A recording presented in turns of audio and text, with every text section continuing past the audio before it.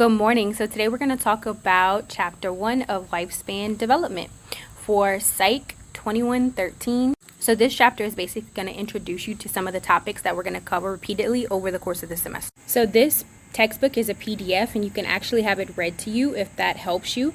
You go to the top of the PDF and you look on the right hand corner and there's an option to have it read to you. So this text is going to cover everything from prenatal health, so from conception all the way into death. And so this first chapter is going to kind of go over the general themes of the course and the general stages of development. So throughout the course, we're going to talk about how growth is both multidimensional and multidirectional, meaning that as we grow, we sort of gain new skills, and then as we get older, we lose some of those skills. It's multidimensional because when we talk about growth, we're talking about not only physical growth, but cognitive growth and psychosocial growth. So that means how you grow with your peers and how you grow emotionally.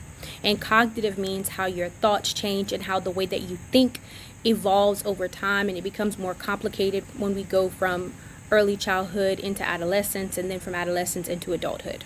One of the key concepts that we're going to talk a lot about in this class, and that's going to be on your quiz, is this idea of plasticity, which means that our brain is malleable, or our brain is able to change when we're given different environments and circumstances.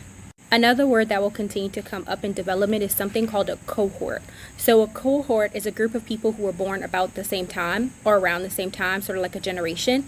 And that cohort is going to define the experiences that we have, which will go ahead and define how we develop and how we perceive the world around us. Another thing that we're going to talk about a lot in this class, and that's also going to be on your quiz, is something called social economic status. So what is social economic status? It basically has to do with your education, income, and occupation, and how those things affect not only the way that you grow and develop, but the resources that you're able to access, which will affect how you cope with the world around you.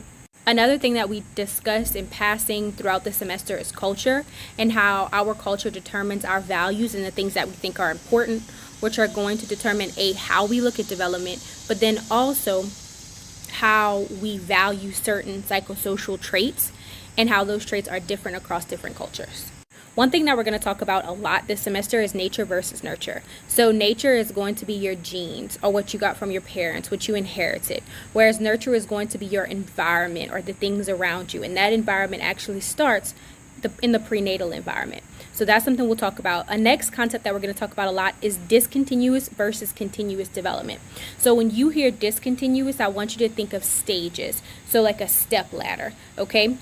And in each stage, we're qualitatively different, whereas continuous is a slow change over time, sort of like a tiny tree becoming a bigger tree. This semester, we're going to talk about several different theorists whose theories kind of laid the foundation for the way that we conceptualize psychology. One of those theorists was John Locke, and what he said is that we all start from a blank slate, more or less. This idea of blank slate would lay the groundwork for modern behaviorism, which we're going to get to in a moment. Conversely, you have people like Rousseau, who said that basically, these are all philosophers, by the way, who said that basically our development is the result of our physical maturation, or we have this timeline and we're just going to develop according to that timeline. Gesell, who is the first psychologist that we're talking about, is going to say that our development is the result of fixed stages based upon our genetics. He's going to lay the foundation for an often discussed individual called Piaget. Before we get to Piaget, we need to talk about Freud. So Freud is going to be one of the first really prominent psychologists who looks at children and how children develop, and childhood as being a critical stage. He has the psychosexual stages of development, which you might have gone over in intro, and basically he sets this idea that childhood is critically important to how we are as adults. He really emphasizes sex and unconscious drives. Conversely, you have Erik Erikson, who's also a psychoanalyst, but emphasizes more that each different stage, you have a crisis that you have to get over or go through. He really emphasized the importance of social, emotional development, or your relationships with other people, and how that helped or hindered your development. When you're going to read over his theory, you're going to see that it's very culturally specific to our culture. Okay, so we are back to behaviorism, or learning theory as it's going to be called. So the basic concept of behaviorism is that we engage in behavior, or we don't engage in behavior, through conditioning and or reinforcement. One of the reasons the founder of behaviorism, B.F. Skinner, and others spoke about it, like Watson, is because they basically said that we want to observe something that we can all see, Okay, so we don't want to observe thoughts because you can't really see thoughts and you can't be objective about them, but you can see behaviors. And behaviorists also believe that basically who we are is a result of our environment. That leads us into our next concept, which is social learning theory. The father of social learning theory is Bandura, and he's going to say we don't just learn from reinforcement and punishment, but instead we learn from observing others and seeing what others do and copying their behavior. And that our thoughts and the environment and our behaviors are always in this cycle of interaction. Now let's talk about Piaget. We talk about Piaget a lot this semester. So Piaget basically said that we go through discontinuous development and that this development lays out in stages and that children and adults think qualitatively differently. And we'll talk more about this as we proceed through the semester. Where Piaget really emphasized someone's innate progress through these different stages, Vukowski is going to emphasize the social and cultural foundations or experiences that people have and how that affects their growth and development. Make sure to go over the ecological systems theory and choose one of those to learn more about because it's going to be on your right. We're in the home stretch. We're going to talk about research methods. I'm going to talk about the 3 different types of research methods: descriptive, correlational, and experimental. So descriptive means exactly what you think. You're just observing and describing behavior as it's taking place. The first kind of descriptive research is something called a case study. So this is where you're going to look at one person or multiple people, a few people, and you're going to look at them in depthly. You might follow them around, take notes on them. This is usually done with people who have particularly interesting cases, and then we might take this information to understand people better in general. Then you have naturalistic and laboratory observation. Naturalistic observation means that you just watch that person in their natural environment. So if I went to your job and just watched you all day to see how you behave and to see how you interact with your coworkers.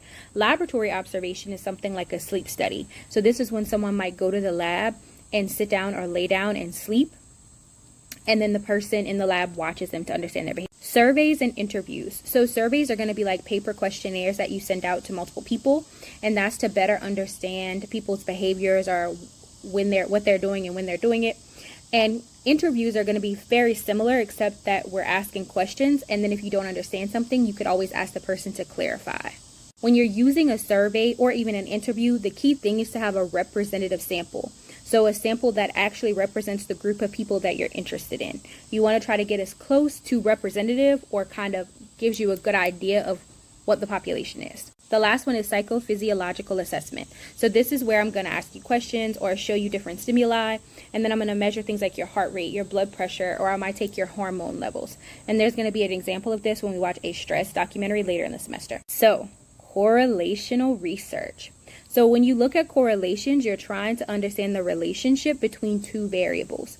So are they positively correlated or negatively correlated? Now remember, correlation, the positive and the negative of the Pearson correlation coefficient tells you the direction, not the value. It's an absolute value. So that if I say negative 0.79, that's a strong correlation, right? But it's negative means that one variable goes up and one goes down. So they have an inverse relationship. If I tell you positive 0.71, that means that they both go up together. Now remember, just because variables go up together or because one goes up and one goes down, that doesn't mean that there's a causal relationship. Correlation does not equal causation, because causation can be caused by all sorts of other either extraneous variables or by some relationship that we're unaware of. For example, if I tell you that as murder rates go up, ice cream sales go up. Does that mean ice cream causes murder or murder causes ice cream? No, it could be a third variable causing both, like the heat. Or it could be something else, right? Correlation does not equal causation. And when you're looking, the last kind of research is experimental research. The main goal of experimental research is to be able to have causal implications. So to say one variable causes another variable. The key aspect to an experiment is that there is control over the 2 variables. So in a good quality experiment, you're going to have a control group and an experiment group. The control group doesn't receive the treatment, but the experimental group does receive the treatment. This treatment could be like a drug. Maybe one group receives the drug and one group doesn't, and then you see the difference between those 2 groups over time. The key thing in an experiment is that you control for the other variables if you randomly assign people to different groups. So the more random assignment, the more that you can assume that each group has about the same amount of, human quirkiness. Okay, it's evenly distributed across those 2 groups. So the next key factor or takeaway is that when you have an experiment, you have an independent variable and a dependent variable. The independent variable is what the experimenter, manipulates, and the dependent variable is the result of that manipulation. So I'm going to give you an example that uses gumbo or making gumbo. So how is making gumbo an experiment? So what I'm going to do is I'm going to control all the ingredients in my gumbo, and I'm only going to change one thing. So already I have a control, so I can assume cause. The one thing I'm going to change is the sausage. Okay, so that sausage is going to be my independent variable. My dependent variable is going to be what I'm going to measure at the end. So in this scenario, that's going to be the taste. So the independent you manipulate, and the dependent is what is measured. I know that if I change the sausage and just the sausage, then the different types of sausage, if I only change that, then I can assume when I have a different type of taste, it's because of a different type of sausage that I put into the gumbo. Now, experiments work really well in being able to figure out cause. However, we can't always experiment on things that we're interested in because some things are not ethical to test. Okay? You wouldn't want to put somebody through that just to find the result or the answer. This last section is the different types of research. We're going to talk about cross-sectional, longitudinal, and sequential. So cross-section means that you take different cross-sections of people across different age groups. So you might take a 2-year-old group, a 3-year-old group, and a 4-year-old group and see how their behavior is different across those different ages. Longitudinal is when you follow that same 2-year-old until they're 3, 4, and so on. Okay, so you're just going to follow them. It's long. You're going to follow them for however many years. And the last one is sort of a mix. So sequential means that part of the time you are going to follow like a 2 to a 3-year-old, and then a 3 to a 4-year-old, and then a 4 to a 5-year-old. So the whole study only lasts a year because you study different groups, but you follow them for a complete calendar year. The benefits of cross-sectional is that it's quick and it's fast. Longitudinal is much longer and more expensive, but you understand how people change and grow. And sequential kind of has the best of both worlds, but also some of the issues with both sides. Lastly, I want you to review the importance of ethics in research and why it's really important when we do research to first and foremost center the participants